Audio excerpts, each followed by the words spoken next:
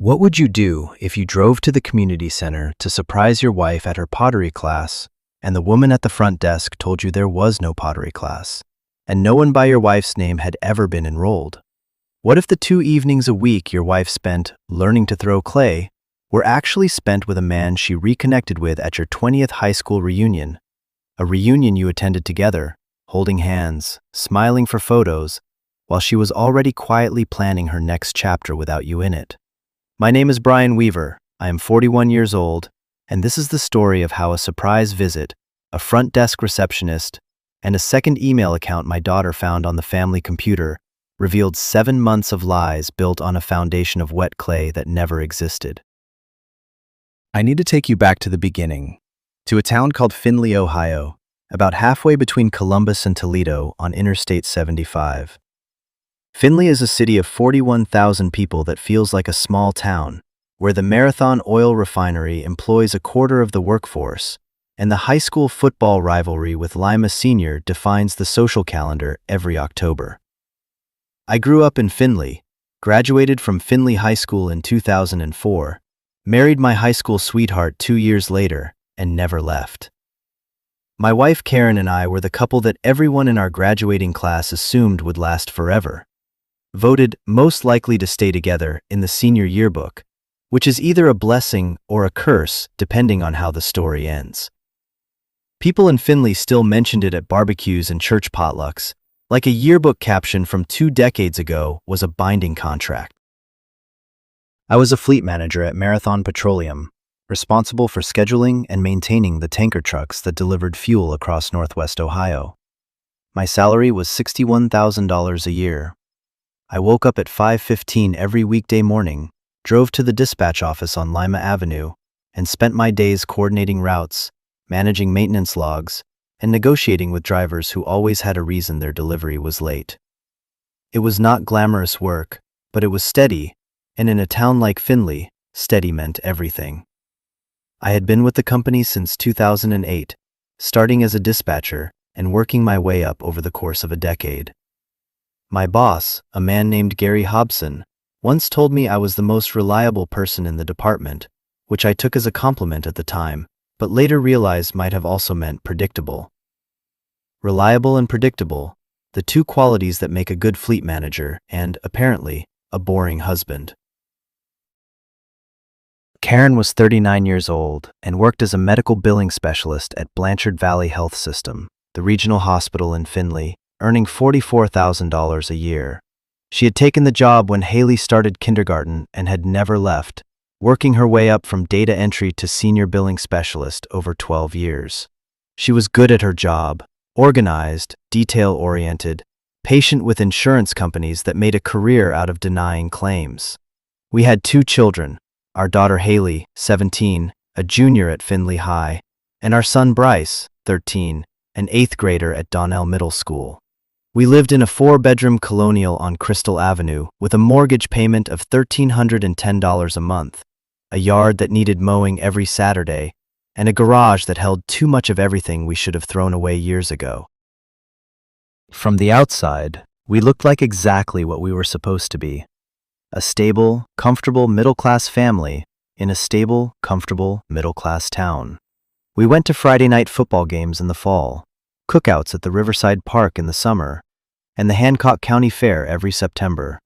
We ate dinner together at least 4 nights a week, rotated between the same 6 or 7 meals Karen had been making for a decade. Chicken Parmesan on Mondays, Taco Tuesday, spaghetti on Wednesdays. Our conversations at the kitchen table were about Haley's homework, Bryce's baseball practice, the leak in the upstairs bathroom that I kept saying I would fix and never did. We were comfortable. We were routine. And I mistook routine for permanence, which is one of the most dangerous things a married person can do. The pottery class started in January of 2025. Karen came home from work one Tuesday evening and told me she had signed up for a beginner's pottery class at the Findlay Community Center on East Sandusky Street.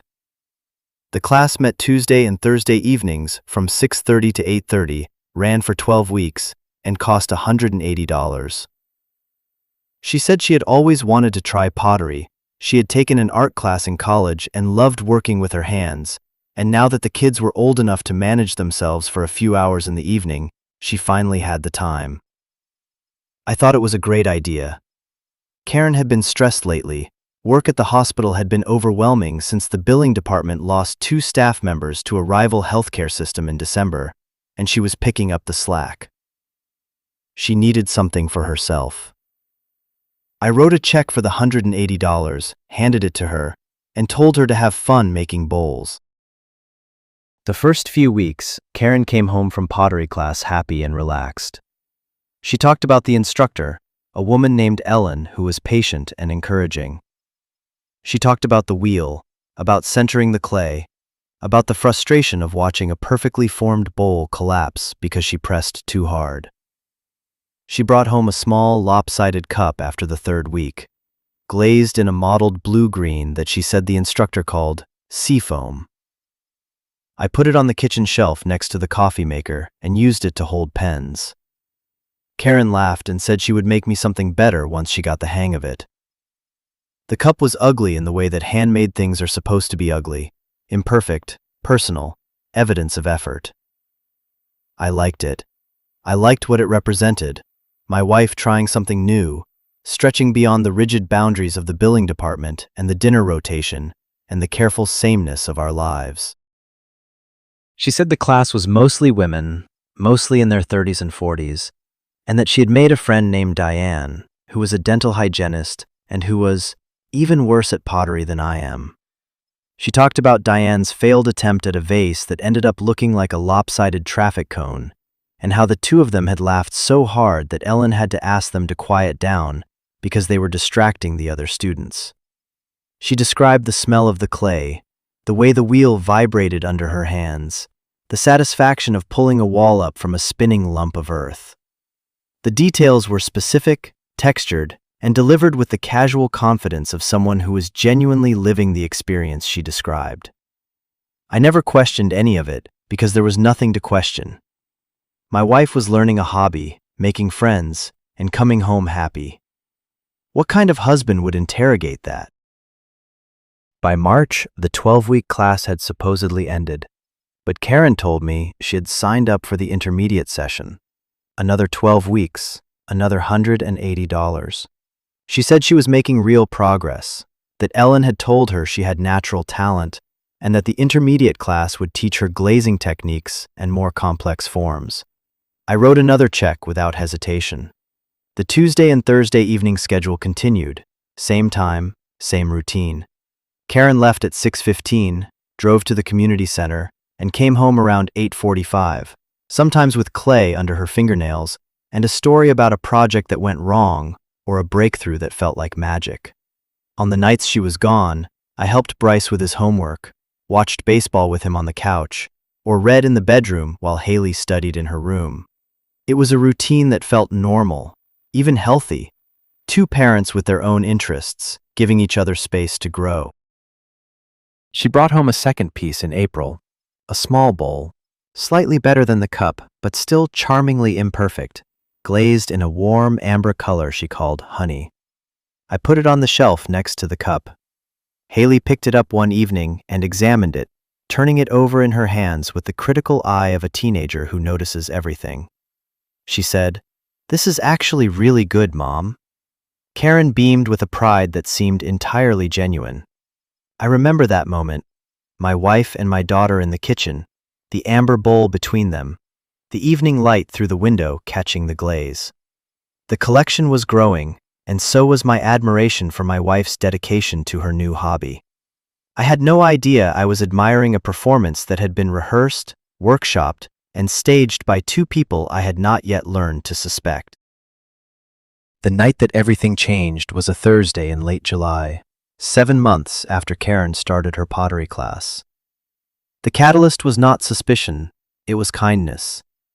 I had gotten off work early because the tanker fleet was down for scheduled maintenance, and there was nothing for me to do after 3 o'clock. On the drive home, on an impulse, I stopped at a bakery on Main Street and bought a box of Karen's favorite cookies, lemon shortbread from a place called Sweet Surrender, with the idea of surprising her at the community center during her class break. I imagined walking in, handing her the cookies, seeing her face light up with the kind of surprised delight that I had not provoked in her for a long time. I was trying, in my clumsy, unimaginative way, to be a better husband. The bakery wrapped the cookies in a white box with a gold ribbon, and I drove toward the community center, feeling hopeful for the first time in months. I parked in the front lot of the Findlay Community Center, walked through the glass doors, and approached the front desk. A woman in her 50s with reading glasses and a lanyard badge that said Connie looked up from her computer and smiled. I said I was here to see my wife, Karen Weaver, who was in the pottery class. Connie typed the name into her computer, frowned, typed it again, and then looked at me over her glasses with an expression that shifted from helpful to confused to something close to pity.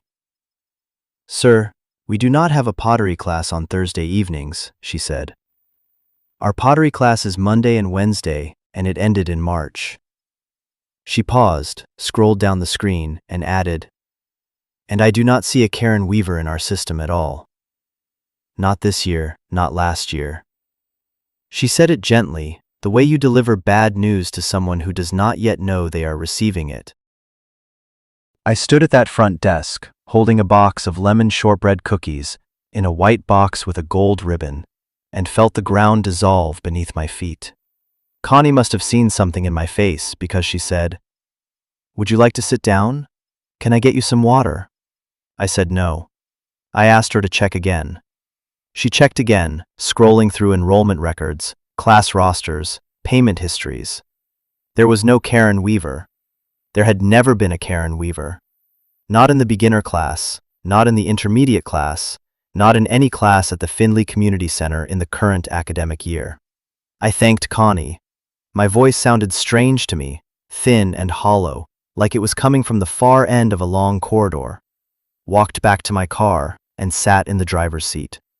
The box of cookies sat on the passenger seat, the gold ribbon catching the late afternoon sun. I stared at it until my vision blurred and I realized I was crying. My wife had been leaving our house 2 evenings a week for 7 months, telling me she was learning to throw clay and she had never set foot in this building. The lopsided cup on our kitchen shelf, the amber bowl, the stories about Ellen the instructor and her patience and her encouraging words, the friend named Diane the dental hygienist and her traffic cone vase, the clay under her fingernails. All of it, every detail, every anecdote, every artifact was a lie.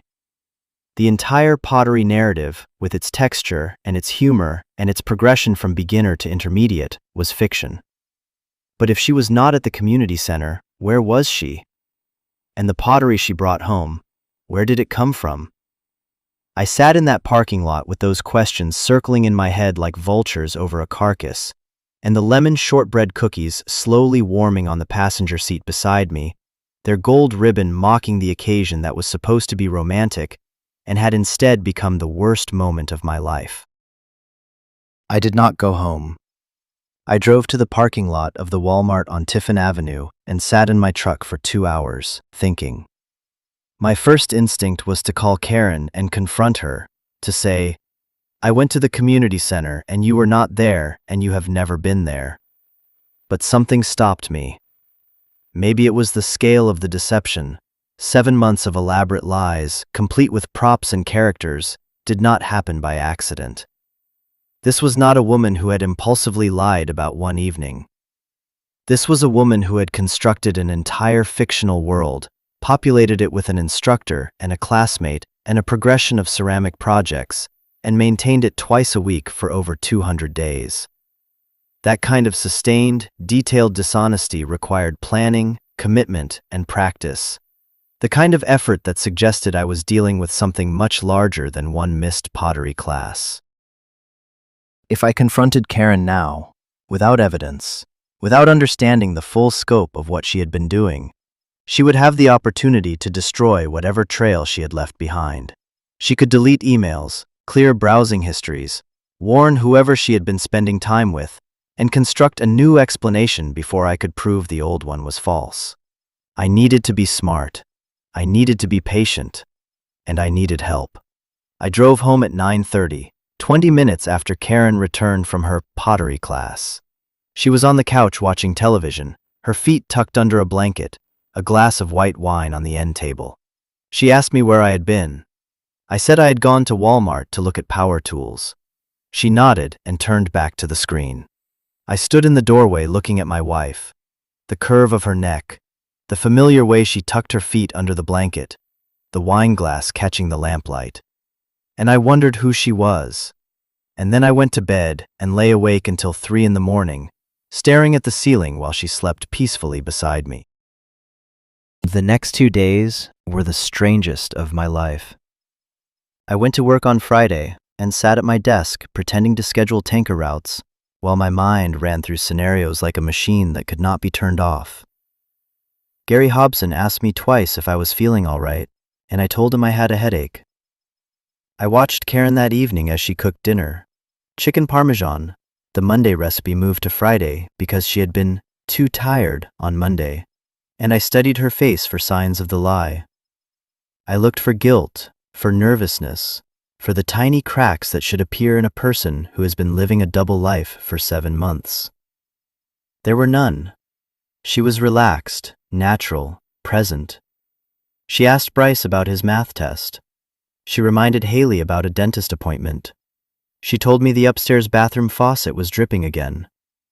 She was my wife, the woman I had known since I was 17 years old, and she was a complete stranger. Saturday morning, I lay in bed until Karen left for a hair appointment at 9, and then I got up, made coffee, and sat at the kitchen table across from the shelf where the seafoam cup held my pens and tried to think clearly. The cup stared back at me, innocent and ugly and fake, and I wondered whether Karen had laughed when she ordered it online, whether she had scrolled through the Etsy listings looking for something that was just imperfect enough to be believable, just charming enough that I would put it on the shelf and feel proud of her. I needed someone who understood technology, someone I trusted absolutely, someone who could help me investigate without the emotional volatility of confronting Karen first. Every path led to the same person, and I spent an hour trying to find an alternative before I admitted there was not one. Haley was the one I had to turn to, and it was one of the hardest decisions I have ever made. My daughter was 17 years old, a straight-A student who was co-captain of the Findlay High debate team and had her mother's analytical mind and my stubborn refusal to accept things at face value. I did not want to involve her.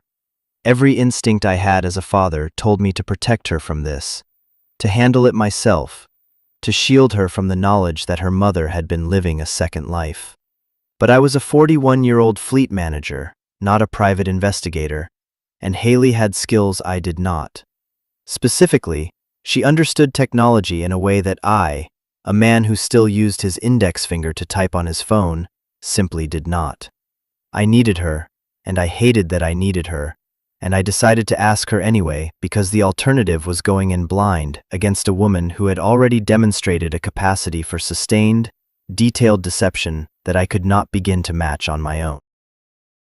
When Haley came downstairs around 10, I told her I needed to talk to her about something important.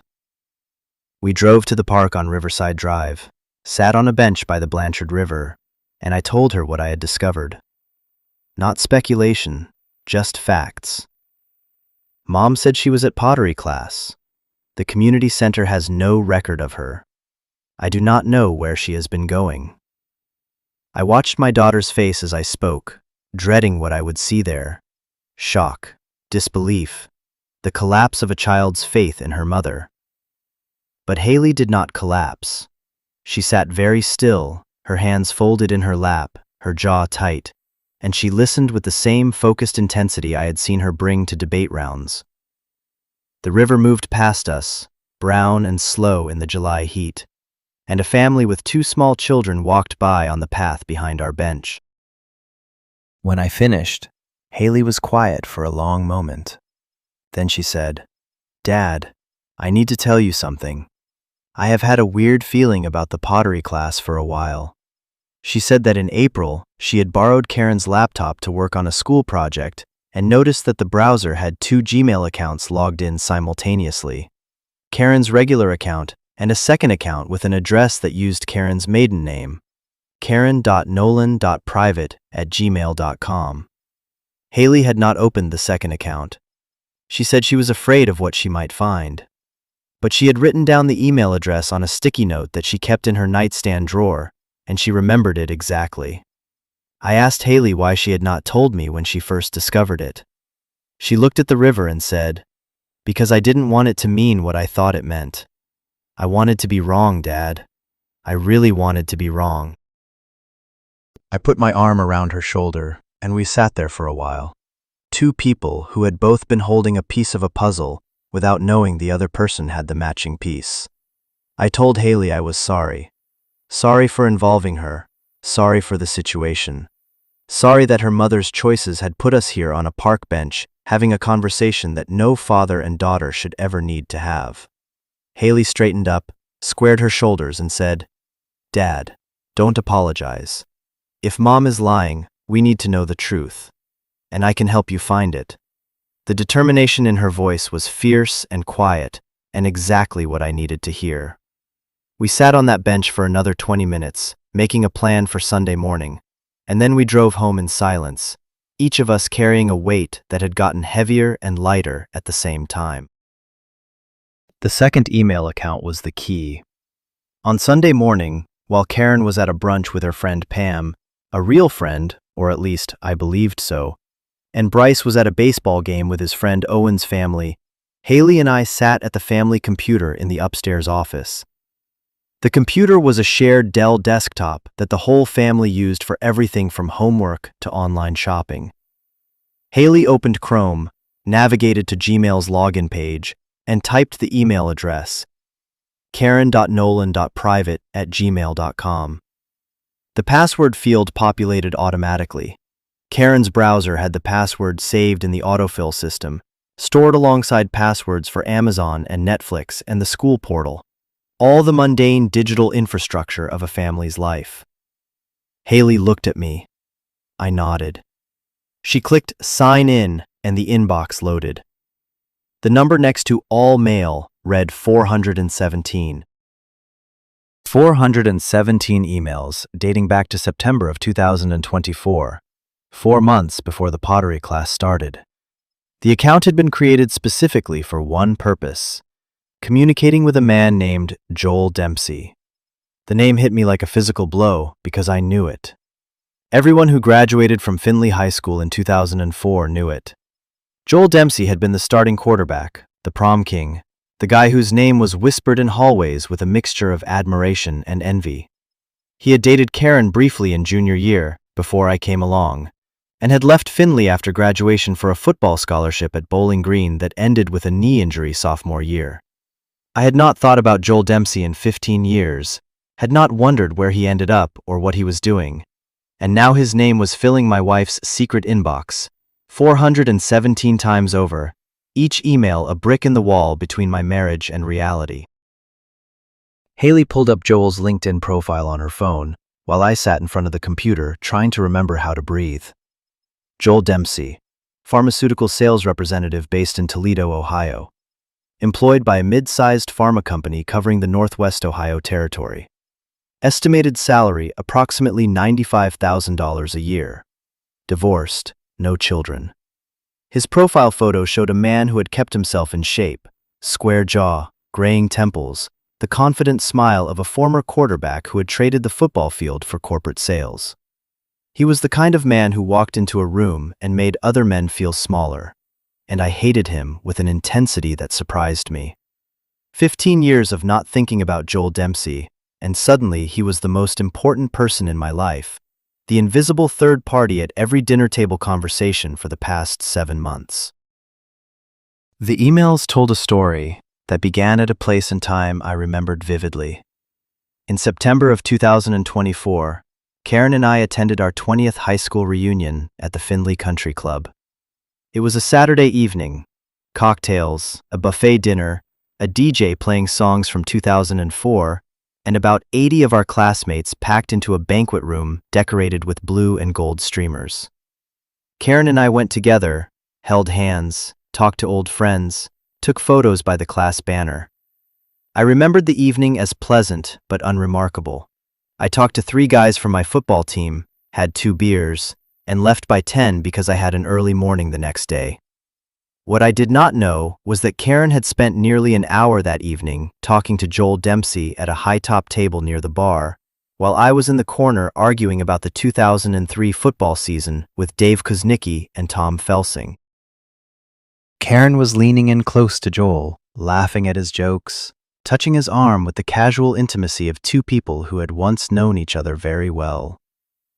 He had driven 100 miles from Toledo to attend a reunion for a school he had left 20 years ago. The emails made it clear why. He had come specifically to see Karen. The first email, sent from Joel to Karen on September 22nd, the Monday after the reunion, read, "It was so good to see you Saturday. You look exactly the same. I have been thinking about you since I got back to Toledo. I know this is complicated, but I would love to keep talking." Karen replied the same day with 6 words that changed everything. "I have been thinking about you too. This is my private email. Do not use my regular one." That reply, the creation of a secret communication channel on the very first day, hours after the reunion, told me she had not drifted into this. She had walked in with her eyes open. The conversation escalated with a velocity that was simultaneously predictable and devastating to read. By October, the emails were daily, long, emotionally intimate messages about their lives, their disappointments, their regrets. Joel told Karen that she was the one who got away, and that meeting her at the reunion had rearranged everything I thought I knew about my life. Karen told Joel that she felt trapped in a life that looks perfect from the outside but feels empty on the inside. She wrote that I was a good man, but that our marriage had become a checklist, not a love story. Mortgage, dinner, homework, sleep, repeat. Reading those words on a Sunday morning in our shared family office, sitting in the chair where I paid our bills and helped Bryce with his homework, I felt a pain so specific and so clean that it was almost surgical. My wife had diagnosed our marriage in an email to another man, and the diagnosis was terminal. By November, they were meeting in person. The first meeting happened on November 15th at a restaurant in Bowling Green, 40 miles north of Findlay, far enough that they were unlikely to run into anyone from our town. Karen told me that evening she was having dinner with her friend Pam. She came home at 10:30 and said Pam was going through a hard time and needed someone to talk to. I did not question it. Karen had always been the kind of friend people leaned on. The second meeting was November 29th at a different restaurant. The third was December 7th at a bar near the Bowling Green State University campus. By the end of December, the emails showed they were seeing each other weekly. By January, the meetings were happening twice a week, Tuesdays and Thursdays, and they needed a standing alibi, something permanent and boring that would cover both evenings without raising questions. That was when the pottery class was born. The emails detailed the alibi planning with the collaborative enthusiasm of 2 people working on a creative project together. Joel suggested a hobby class as the cover because it was predictable, boring, and gave Karen a reason to be out of the house at fixed times twice a week without arousing suspicion. Karen chose pottery because she had taken one art class in college and could discuss it convincingly enough that even a curious husband would have no reason to dig deeper. They brainstormed the details together in a series of emails that read like production notes for a play, the instructor's name and personality, the classmate character and her dental hygienist backstory, the progression of ceramic projects that would make the story believable over months, the type of air-dry clay to keep in the car for the fingernail detail that would sell the performance when she walked through the door. The logistics were meticulous. Karen drove to the McDonald's parking lot on Tiffin Avenue, left her car, and got into Joel's silver Lexus. They drove to a rented apartment in Bowling Green, a 1-bedroom unit on East Wooster Street that Joel rented for $750 a month, paid from his personal account. The emails discussed the apartment like a shared project, what furniture to buy, what groceries to stock, which restaurants nearby were good for the nights they wanted to go out. It was a second home, a parallel life contained in 700 square feet on a college town street. My wife had a second home with another man 40 miles north of the house where our children slept, and she had been traveling between the two lives twice a week for 7 months without a single crack in her performance. The pottery pieces, the cup, the bowl, and a few others Karen kept in a box in the garage, were bought from an Etsy shop called Handmade by Anne, a real pottery maker in Oregon who sold beginner-looking ceramic pieces for $15 to $30 each. Karen had ordered them using the private email account, had them shipped to a UPS store in Bowling Green where she rented a mailbox under her maiden name, and brought them home as proof of her artistic progress. The clay under her fingernails was real clay. She kept a small bag of pottery clay in her car and rubbed it on her hands before coming home each evening. The instructor Ellen, the friend Diane, the stories about centering the wheel and collapsing bowls, all fabricated, all maintained with the disciplined consistency of someone who treated deception as a discipline requiring the same attention to detail she brought to medical billing. She had built an entire world, and I had lived next to it without ever seeing the seams. Haley and I spent 3 hours reading the emails that Sunday morning. We did not read all 417. Some of them were too intimate, and I did not want my daughter exposed to certain aspects of her mother's deception. When we hit an email that crossed a line, I told Haley to scroll past it, and she did without argument, her face tight and controlled, her jaw set in a way that reminded me painfully of her mother. But we read enough to build a complete picture. The timeline from reunion to first email, to first meeting, to apartment. The logistics of the twice-weekly trips, the Etsy pottery purchases, the UPS mailbox in Bowling Green, the McDonald's parking lot as a transfer point. Every detail was there, documented in Karen's own words, with the meticulous precision of a woman who was organized in everything she did, including betrayal. Haley took screenshots of 62 emails that she identified as the most legally significant, the ones that mentioned specific dates, locations, financial arrangements, and admissions of deception. She organized them in a folder on my personal Google Drive, tagged them by date and category, and created a spreadsheet summarizing the key facts: first contact, first in-person meeting, first visit to the apartment, each pottery purchase date, the mailbox rental. She sent the screenshots to my personal email and then logged out of Karen's secret account, clearing the login from Chrome's recent activity so that Karen would not see a new session in her account security log. The entire operation took 3 hours and 12 minutes, and my 17-year-old daughter conducted it with the methodical precision of a forensic accountant. I was simultaneously grateful for her help and devastated that she needed to give it. When we finished, Haley closed the laptop, sat back in the chair, and was quiet for a long time. Then she said, "The pottery, the cup on the shelf. I used it to hold my highlighters last week." Her voice was flat, controlled, but underneath it I could hear something fracturing, the sound of a daughter realizing her mother had turned their kitchen into a prop room and their family computer into a dead drop. I said, "I know." She said, "What are you going to do?" I said, "I am going to talk to a lawyer." Haley nodded once, stood up, and went to her room. I heard her door close, and then, very faintly through the wall, I heard her cry. It was the only time during the entire ordeal that my daughter let me hear her break, and I sat alone in the upstairs office listening to it with my hands folded in my lap and tears running silently down my own face. I consulted an attorney on Monday morning. His name was Robert Strauss, a family law specialist with an office on South Main Street in Findlay. Robert was 53 years old, had been practicing divorce law in Hancock County for 25 years, and had the measured, unhurried demeanor of a man who had learned that emotional decisions in legal proceedings almost always cost more than patient ones. I sat in his office, a small room with dark wood furniture and framed diplomas from Ohio State, and told him everything: the pottery class, the community center, the emails, the Etsy shop, the apartment in Bowling Green.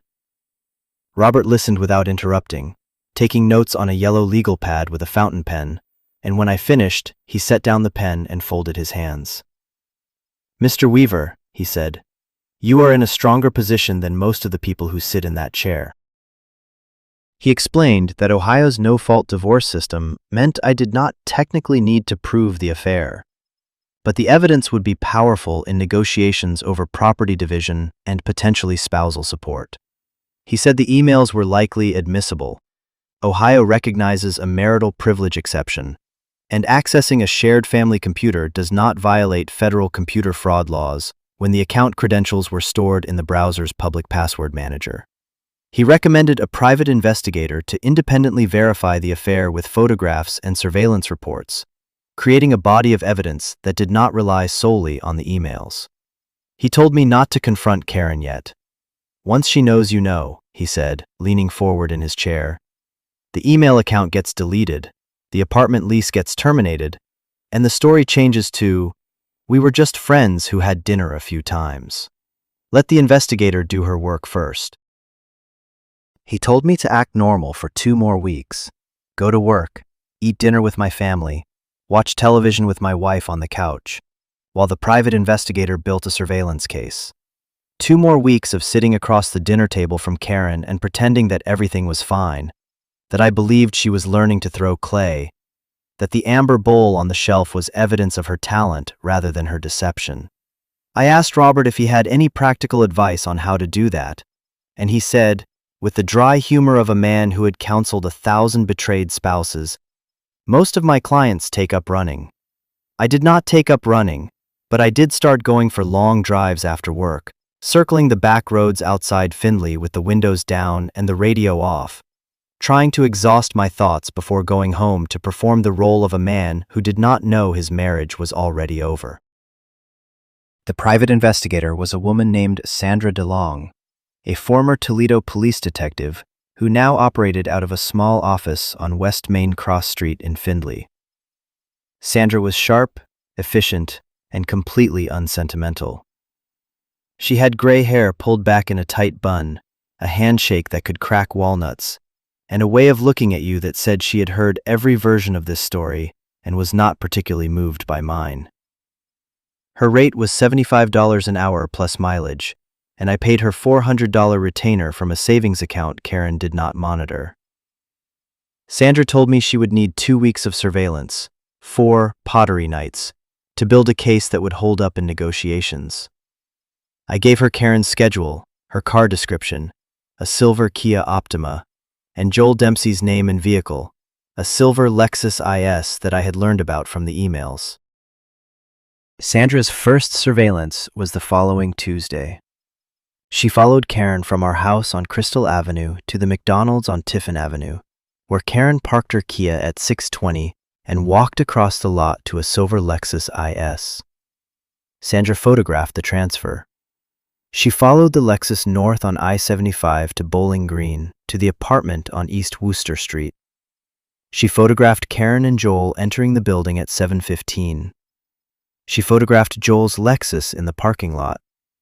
She photographed Karen and Joel leaving together at 9:40. Karen adjusting her hair in the car's visor mirror, Joel's hand on the small of her back as they walked across the parking lot. She repeated the surveillance on Thursday, documenting the same pattern with the same timestamps and the same casual body language of 2 people who had been doing this for months and no longer thought about being caught. The following Tuesday, Sandra observed the same routine, but documented an additional detail that made my stomach turn. After leaving the Bowling Green apartment and before getting back into her own car at the McDonald's parking lot, Karen stopped at a gas station, went into the restroom, and emerged rubbing something on her hands from a small plastic bag she kept in her purse. The clay. My wife was applying her costume in a gas station bathroom 40 miles from home before driving back to our house to tell me about her evening at pottery class. Sandra's final report, delivered the following Monday in a plain manila envelope, included 24 photographs, GPS logs, timestamps, and a notation that the apartment lease, verified through a public records search, was in Joel Dempsey's name at $750 per month. Sandra handed me the envelope across her desk without ceremony and said, "I'm sorry, Mr. Weaver. I truly wish more of these cases turned out to be nothing, but this one is what it is." I also tracked down the Etsy purchases. Using the email screenshots, Haley identified the shop, handmade by Anne, and the specific items Karen had ordered: a small cup in seafoam glaze for $22, a bowl in honey glaze for $28, and 3 other pieces totaling $71. Shipping to the UPS store in Bowling Green added another $40. The total spent on fake pottery was approximately $161. Adding the 2 checks I wrote for the non-existent class fees, $360 total, the direct financial cost of the pottery lie was about $521. Not a huge amount, but the principle of it was corrosive. My wife had taken money from our household budget to fund the infrastructure of her deception, and she had done it by letting me write the checks myself, believing I was investing in her creative growth when I was actually financing the scaffolding of a lie. The confrontation came on a Sunday evening in mid-August, 2 weeks after Sandra delivered her final report. I had spent those 2 weeks preparing, not just assembling the evidence into a folder, but preparing myself emotionally for a conversation I knew would end my marriage. I went to work every day.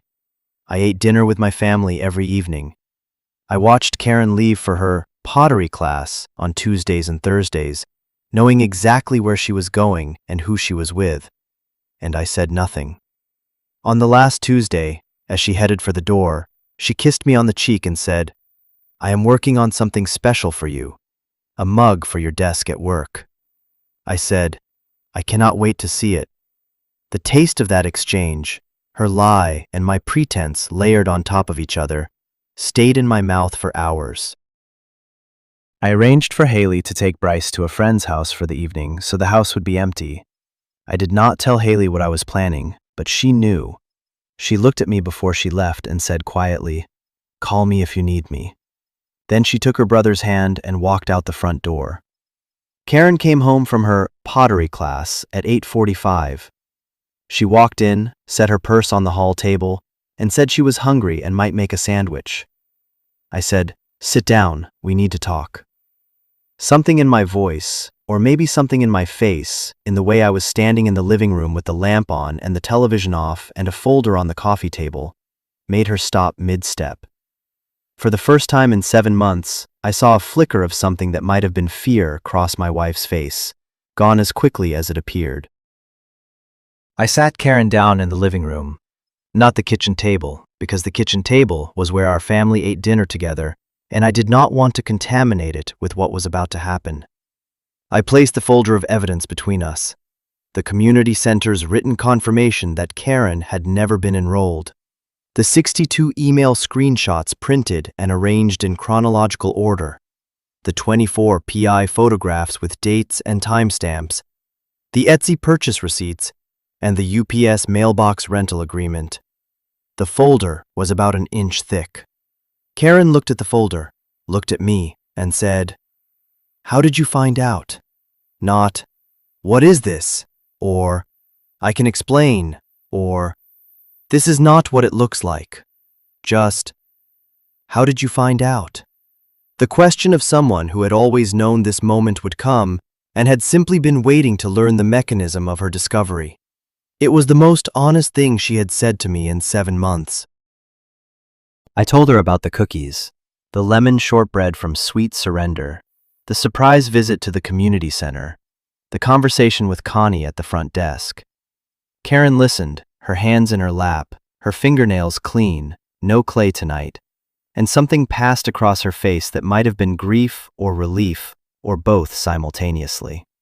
"I bought you lemon shortbread," I said, "and Connie told me you did not exist." Karen closed her eyes and sat very still, and when she opened them, she said, "How much do you know?" I slid the folder across the coffee table toward her.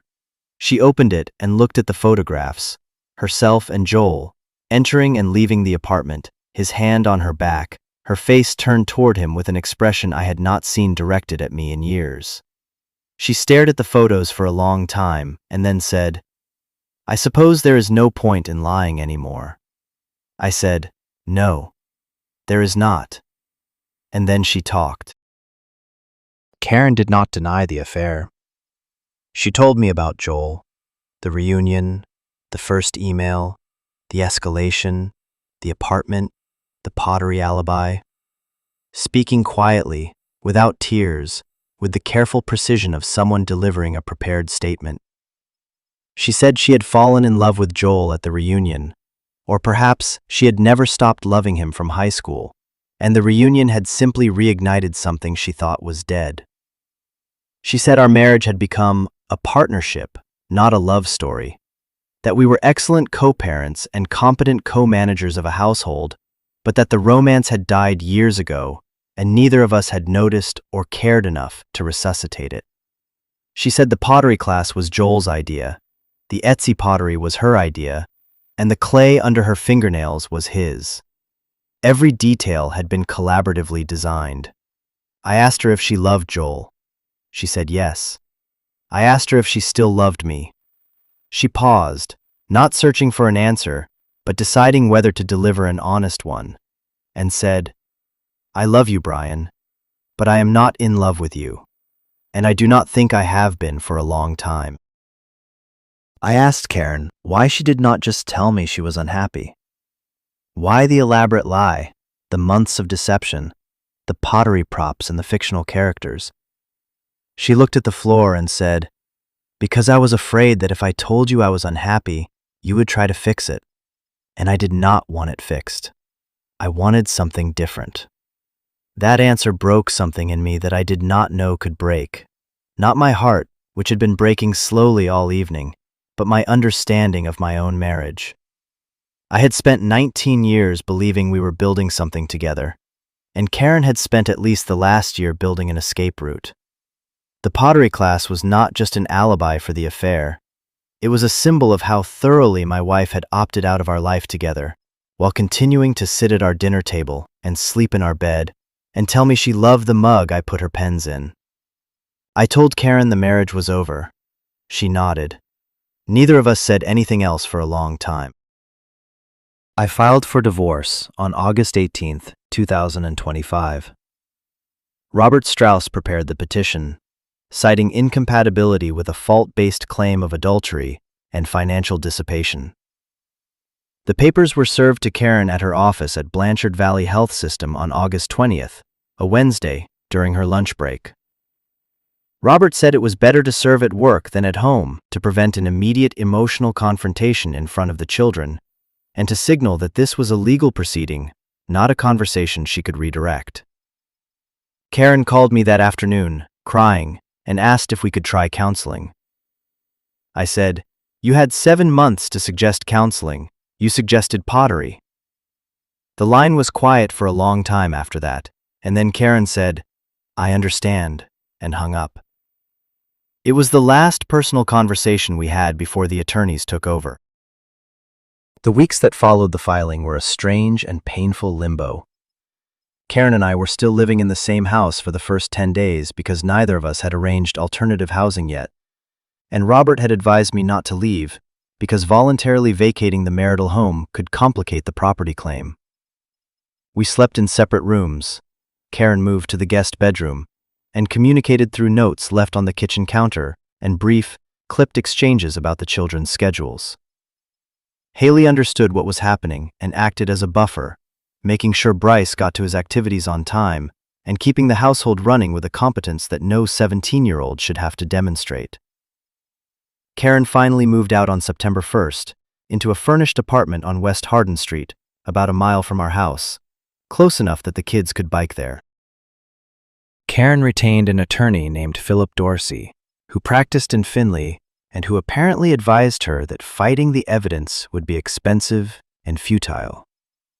The negotiations focused on 3 areas: the house, custody, and the financial dissipation claim. Our house was appraised at $218,000, with a remaining mortgage of $79,000, giving us equity of $139,000. My 401k through Marathon had $78,000. Karen's retirement through the hospital had $52,000. Joint savings totaled $11,000. The total marital estate was approximately $280,000. Everything two people accumulate over 19 years of marriage, reduced to a number on a legal document that neither of us wanted to be reading.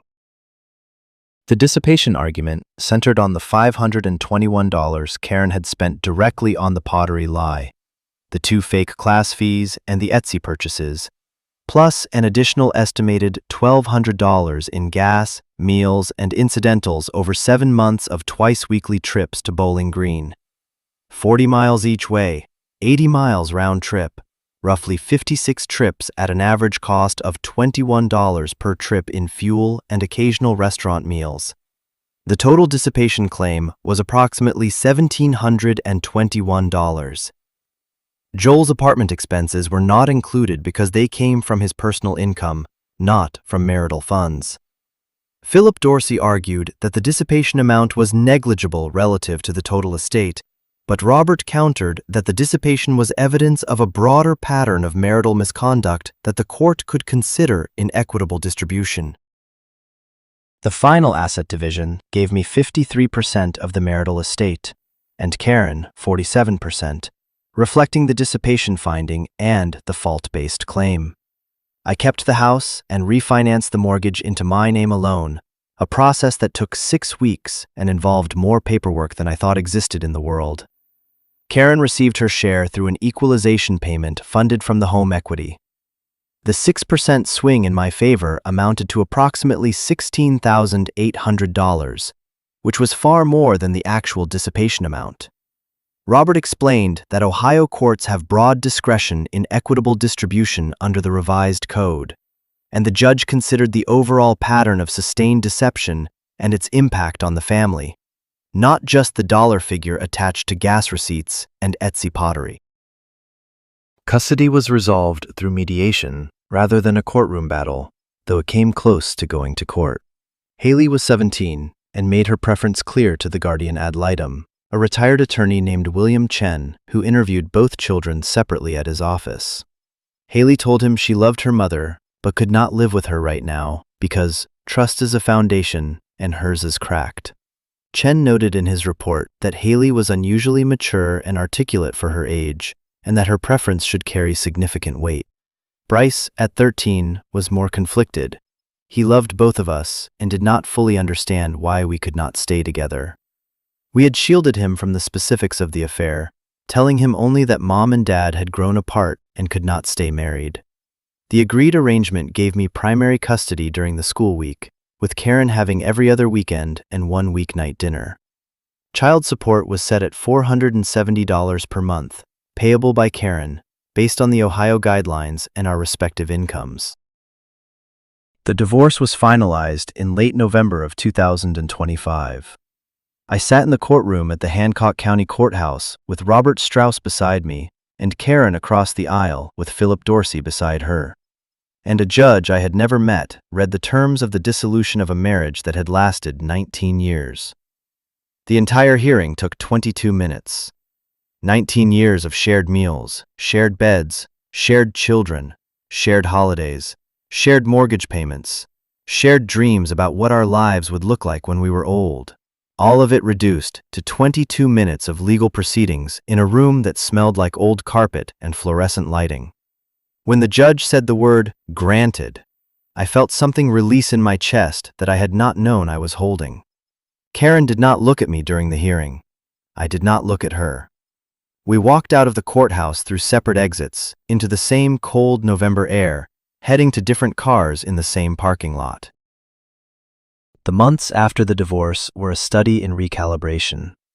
I was 41 years old, single for the first time since I was 24, and I had to learn how to be a person again instead of half of a couple. The house on Crystal Avenue felt enormous with only 3 people in it instead of 4. I went to therapy, a counselor named Dr. Anita Reeves at the Blanchard Valley Outpatient Clinic, $40 copay, Thursday evenings at 5. We talked about the betrayal, about the Pottery lie, about the reunion that started everything. Dr. Reeves asked me a question I could not answer for weeks. Are you angry at Karen for having the affair? Or are you angry at yourself for not noticing that your marriage needed something you were not providing? The honest answer, which I eventually found, was both. Karen's affair was not my fault. She made a choice, and it was the wrong one, and no amount of marital dissatisfaction excuses 7 months of elaborate deception involving fake classes, purchased pottery, staged evidence, and a secret apartment 40 miles away. But the marriage that made the affair possible was something we had both neglected, both allowed to become a business arrangement where efficiency replaced intimacy and routine replaced romance. I had been so focused on being a good provider, working hard, paying the mortgage, saving for college, scheduling tanker routes, that I had forgotten to be a good partner. I had not taken Karen on a real date in 3 years. I had not asked her what she wanted from her life in even longer. That realization was not comfortable, and it was not an excuse for what Karen did. But it was a fact I needed to face if I was ever going to build something better with someone else, or even just with myself. Haley thrived, because Haley always thrived. She had inherited her mother's resilience along with her analytical mind, and she put both to use in the months after the divorce. She channeled her anger into her senior year debate season and won the regional championship in January of 26, arguing the affirmative on a resolution about digital privacy, a topic she told me she had developed strong personal opinions about after the experience with her mother's secret email account. She applied to Ohio State, got in with a partial scholarship, and started talking about law school with the same focused determination she brought to everything else. Her relationship with Karen was strained but not broken. They had dinner together once a month at a restaurant in town, careful conversations between two people who were slowly, cautiously, rebuilding trust, one honest sentence at a time. Bryce adjusted more slowly, and watching him struggle was the hardest part of the entire ordeal. Harder than the discovery, harder than the confrontation, harder than sitting in the courtroom while a judge dissolved my marriage. He had a rough fall semester, quieter than usual, less interested in baseball, spending too much time alone in his room with his door closed. His grades dropped from B+ to C in 2 subjects, and his homeroom teacher emailed me to say she was concerned about his withdrawal. I found him a therapist, Dr. Ken Whitfield, who specialized in adolescent boys navigating family transitions. After a few months of weekly sessions, Bryce started to come back, joining the school band, making a new friend named Owen who lived 2 streets over, and gradually returning to the easygoing, slightly goofy kid he had been before. He still visited Karen every other weekend, and their relationship, while quieter than it used to be, was slowly finding a new and honest shape. One evening in early February of 2026, I was cleaning the kitchen shelf, rearranging things, making the house feel more like mine and less like ours, and I picked up the seafoam pottery cup that had been holding my pens for over a year. I turned it over, and on the bottom, in tiny letters, was a stamp, handmade by Anne, Portland, Oregon. I stared at it for a long time, this small, ugly, fake piece of pottery that had sat on my shelf for 13 months as evidence of a hobby that never existed, a talent that was never real, a marriage that was already dying while I stood in the kitchen admiring the glaze and feeling proud of my wife. Then I wrapped both pieces in newspaper, put them in a box, and carried them to the garage. I placed them on a shelf next to the Christmas decorations and the old tax returns, the artifacts of a life I was still learning to let go of. I did throw them away, eventually. On a Saturday morning in March, I took the box from the garage shelf, walked to the trash can at the end of the driveway, and dropped it in. The cup and the bowl made a muffled ceramic sound as they hit the bottom, and I stood there for a moment, listening to the echo. Then I went back inside, made coffee in a mug that was actually mine, and sat at the kitchen table, looking at the empty spot on the shelf where the pottery used to be. The spot looked better empty. It looked honest. And I realized, standing in my kitchen on a quiet Saturday morning with the sunlight coming through the window, and my daughter's debate trophies on the bookshelf, and my son's baseball mitt on the hall table, that honest was enough. Not perfect, not painless, not the life I had planned, but real, and mine, and built on a foundation that nobody could fake. Justice had been served. The guilty were punished. The innocent were healing, and we had made it through, together. This is where our story comes to an end. Share your thoughts in the comments section below. Thank you so much for listening. If you enjoyed this story, please subscribe to this channel and hit the notification bell so you never miss a new upload. We will see you in the next one.